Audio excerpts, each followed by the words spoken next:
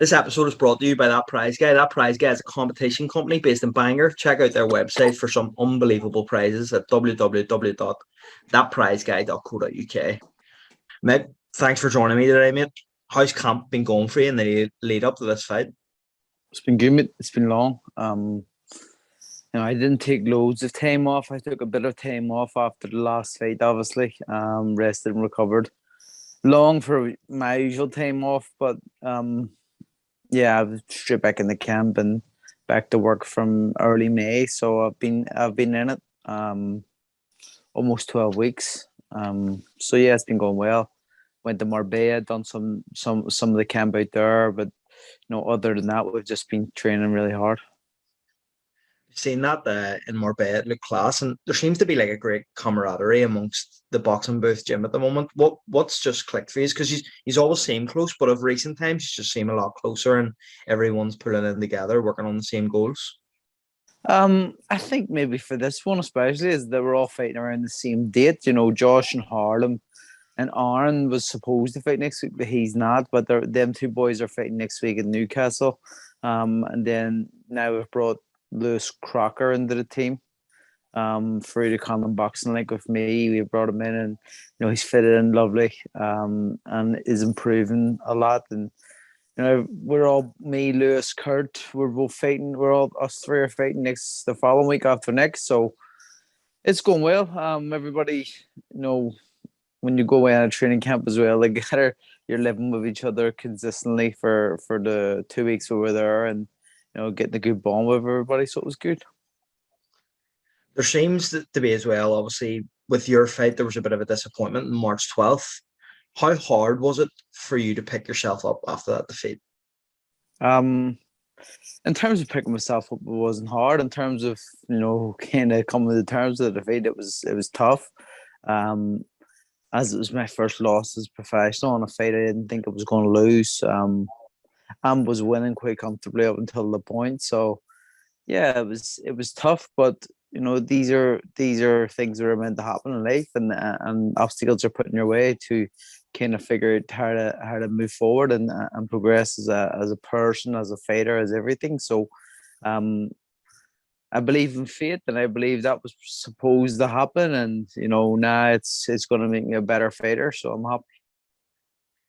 Defeats can go one of two ways, and especially in the boxing game, we know that it's changed now, that a loss isn't everything anymore. It used to be a lot more crucial in fighters' careers. But one of the things I noticed afterwards was how much closer it brought you and Adam Booth together. Tell me a bit about that, because some fighters, they'll blame it on their coach and then they'll go elsewhere. But you two have actually got closer from this defeat, haven't you? Yeah, definitely.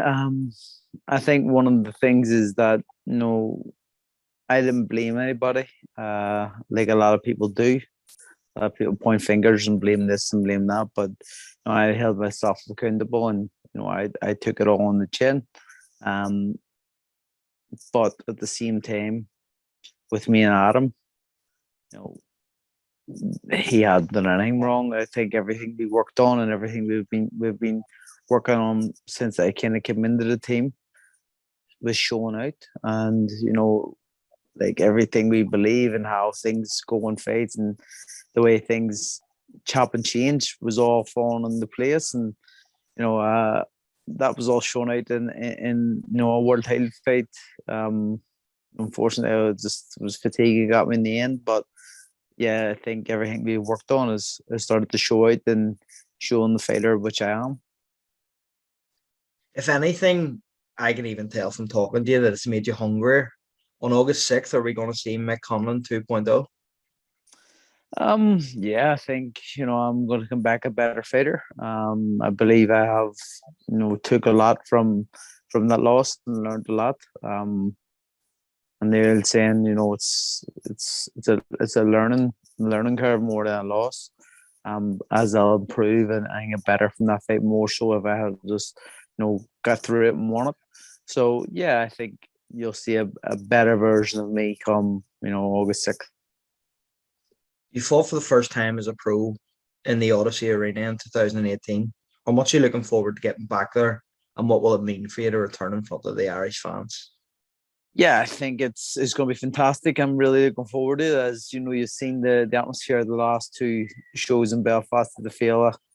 Unfortunately, due to financial terms and the price of everything, inflation and all shooting through the roof, we couldn't do the Fela. So we're back in the Odyssey. But what's making me very excited about that is you've witnessed the atmosphere of the last two shows. Put a roof on that, and you're going, oh my god, that atmosphere's trapped inside a cauldron and there's no way getting out except through the ears of everybody. So I'm excited for it, mate. I think it's going to be fantastic. I'm looking forward to seeing what it's like. And I was there for a lot of cards fights, and the big arena packed out, amazing, amazing, amazing stuff. And now it's my turn to go and do that. So as I said, the first time I was there, it was only half of the arena we only had because it was my seventh fight, I think it was. So Yeah. it wasn't what didn't have a following like I do now. So now we're going back there, almost sold out now, and it's gonna be amazing. You touch on the cauldron type atmosphere. Your ring walk has become iconic, not just in Yeah. Ireland, but amongst those like top 10 ring walks. Yours is always in Uh, there. Have you got anything special planned this time around? um, I've just got a good mixture of music, but nothing. I'm not doing anything extraordinary. I'm not coming out in the park and standing on stage or anything. Mhm. So it's not going to be like the way it was in the park, but I think it'll still be a very very good walkout. And to be honest, I'm not even focusing on walkouts or anything anymore. I'm just focusing on getting there and beating Miguel Mayoraga, who I know is a very tough competitor. We're gonna touch on that. So we know that Lee Wood didn't want the rematch, and you tried very hard to get that. Yeah. So I have to add that in there. But Mariag is a very game opponent and someone who's won 5 out of his last 7 fights. So it's by no means an easy fight for you as a comeback fight. What can the fans expect from you against Mariaga when the first bell goes? I'm just gonna put on, a boxing masterclass, and I'm not worried about getting into any wars or anything like that. I'm getting there just to do a job on them, and use my skills to my advantage. Moraga is going to be beat by really really good fighters. His losses come against world title challengers and world champions. In terms of the only person to stop him is Lomachenko. So I was there. I watched him live against Oscar Valdez, and I know how tough a guy Oscar is. And he hurt Oscar, and Oscar hurt him. But it was a back and forth war, fight of the year contender actually.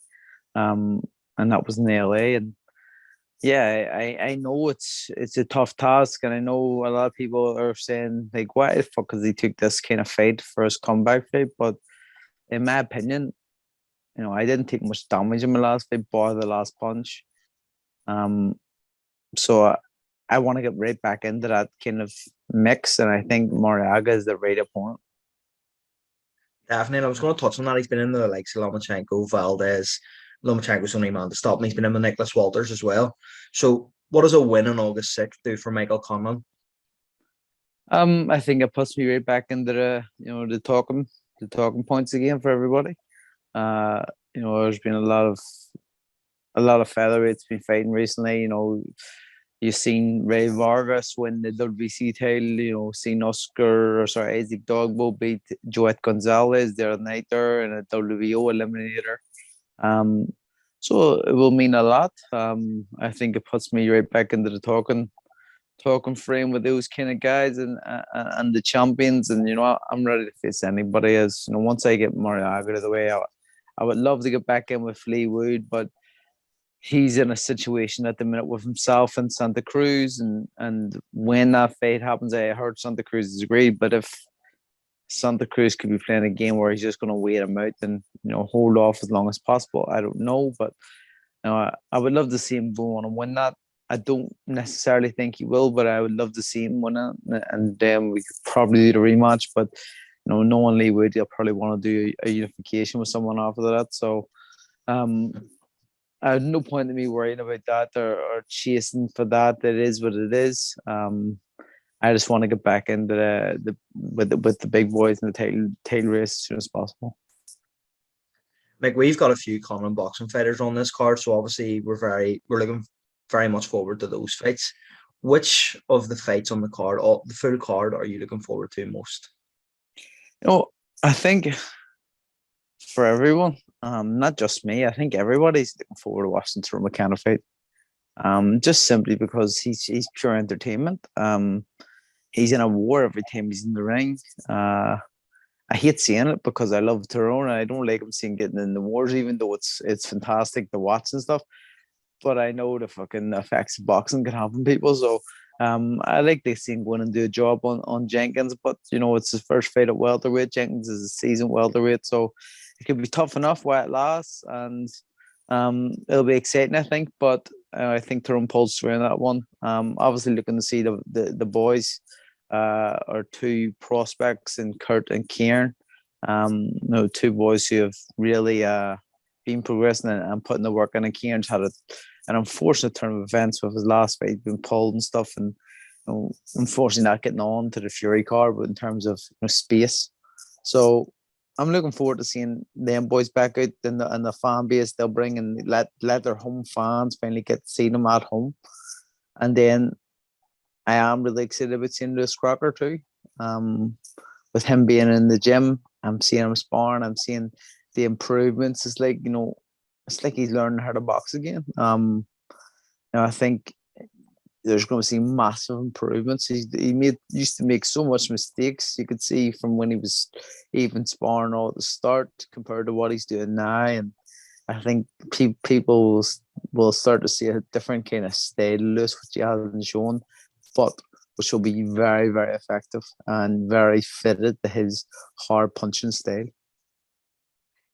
Mick, we're down to the last 5% of tickets left. So before I let you go, do you have one final message for the Irish fans who will pack out the SSE Arena on August 6th? Thank you as always. There's 5% of tickets left, so go and get your tickets, support the local fighters. Some great fights to be had in this card, some exciting prospects coming through in this card. I think it's going to be fantastic. They obviously always brings a special kind of atmosphere. So, yeah, get down, get your tickets before they're all gone. And again, thank you, because without your support, we wouldn't be where we are. Mick, thanks a million, and we'll have a chat again on Fight Week. Thank you, man. Come on, Colin. Cheers, man.